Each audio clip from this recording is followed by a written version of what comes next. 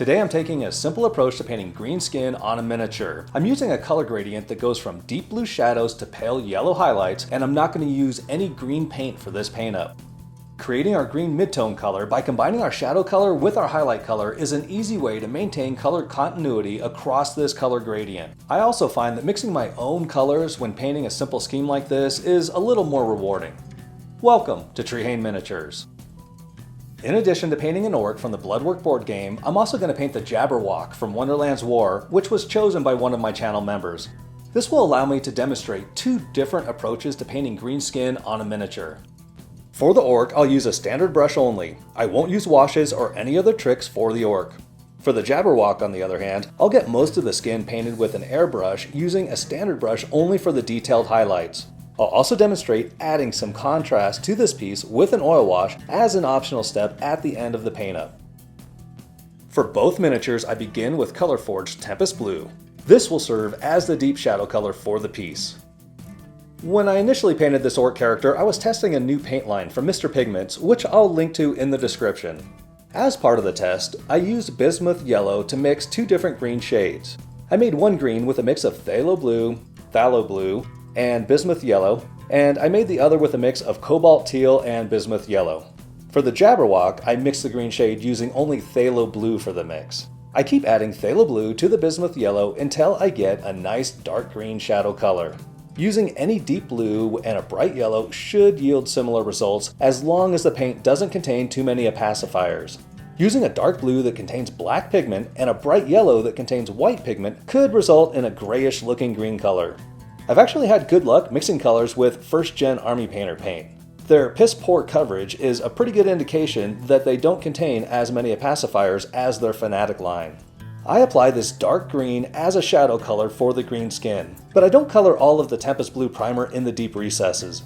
This particular model does have some underpainting since I was testing this paint line through an airbrush, but just disregard this. This green skin recipe works best when applied directly over the Tempest Blue primer, and we'll see that in the next example. For the next layer, I mix a lighter shade of green using bismuth yellow and cobalt teal. This was a fun experiment to explore what this paint line has to offer, but it makes just as much sense to stick with the original deep blue color and add a little more bright yellow and maybe some white. We'll see this more pure color progression in the next example. I layer this bright green over the initial shadow layer. I'm shaping the features of this character as I go, building up the brightness on raised surfaces that would be affected most by the light source. Adding titanium white to lighten the midtone color and create a highlight color is fairly standard. I'm adding a little more yellow to the highlight as well to keep it from becoming too desaturated. This has a similar effect to adding ice yellow to create the highlight color. Preventing desaturation is a significant reason why ice yellow is preferred over white for brightening the chosen highlight color. The brightest highlights are kept small and accentuate only the most prominent features. This series of steps is one of the easiest ways to paint green skin. Of course, when painting orcs, goblins, or trolls, it's also fun to glaze in other colors like pink or orange to liven things up. This works great around features like noses, cheeks, ears, elbows, and knees.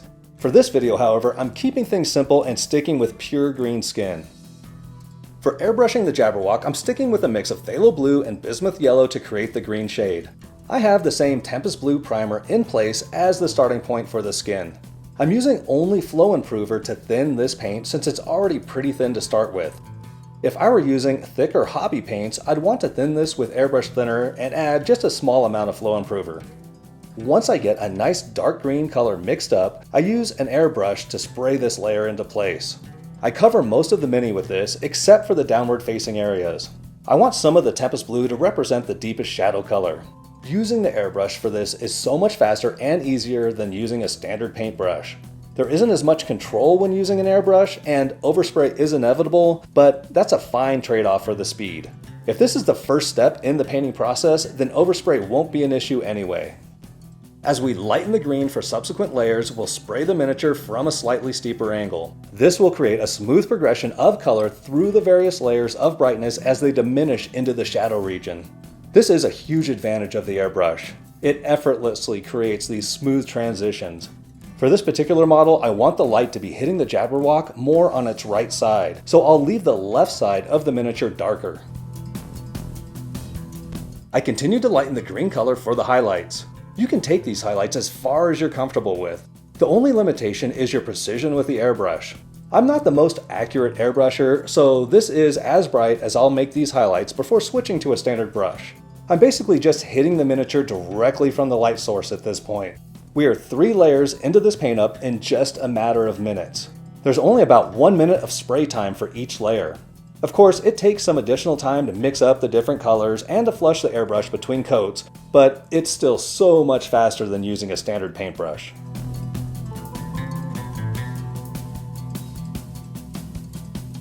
The next step is to mix up a brighter highlight color. I'm using the same 3 paints for this: phthalo blue, bismuth yellow, and titanium white. For this layer, I'm just picking out the details of the model, like folds and wrinkles in the skin. Most of the work has already been done for us with the airbrush, and now it's time to boost the contrast a little further.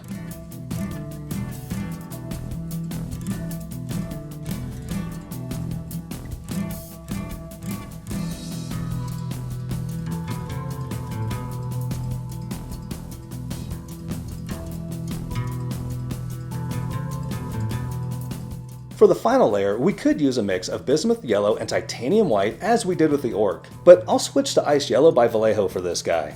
These are tiny highlights that I'm dotting around the face only. Generally speaking, it's a good idea to have the main focal point of the piece a little brighter than the rest of the model. And after the rest of the model is painted up, it should look something like this. One of the downsides to using an airbrush for this type of work is that it can fill in all of the recesses that are facing towards the spray of the airbrush. This can take a heavy toll on the contrast of the piece. Even though these recesses are facing upward, it's still a good idea to leave them a little darker than the surrounding midtone colors. An easy remedy for this is to follow up the airbrush work with a wash. I've made a very thin dark blue wash using Prussian blue oil paint and mineral spirits.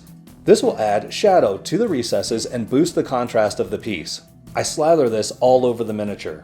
Even though this miniature is completely painted, there really is no danger of my ruining my work with this oil wash. Any surface staining can easily be removed with a little mineral spirits. When using an oil wash strictly for its shadow effect, I like to apply it as the final step in the painting process, even after the highlights are in place. As I mentioned, there really is no risk of this obliterating the highlights. If I had applied the oil wash before finalizing the highlights, I'd have to wait at least overnight before continuing with any acrylic paints. This would be an unnecessary delay since oil washes are so forgiving to work with as a final splash of color. I really only want this wash visible in the recesses, so I proceed to gently remove the oil wash from the raised surfaces of this creature's flesh. This is a very gentle process. It's safer to go over an area softly 3 times than it is to try to remove everything in a single aggressive pass. It is possible to damage the underlying acrylic layers if too much pressure is applied with the makeup sponge. Another advantage of saving the oil wash for the last step in the process is that it reduces the risk of delamination of the acrylic paint, which can happen, eventually, when acrylic paint is painted directly over oils. This isn't really a huge concern for me when painting board game miniatures though. These are toys after all, they're going to get played with. This paint job is in much more danger from my grubby paws relentlessly handling the miniature and my general human clumsiness than it is from the possibility of delamination in 10 years. As you can see, this extra little step at the end makes a significant difference to the overall appearance of the miniature. So anyway, these are the 2 ways that I've used to paint green skin. Despite the overwhelming speed advantage of using an airbrush, I actually prefer the precision and control I have when using a standard brush for the entire process. I'd like to thank my amazing channel members for supporting all that I do on this channel. You too can become a channel member for as little as $1.99 per month using the link below, and receive perks such as early access to videos, extended versions of our painting tutorials, and even a tier that lets you decide which miniature I paint next. Thank you so much for watching. Please hit the like button and subscribe to the channel to join our growing community of board game miniature painters.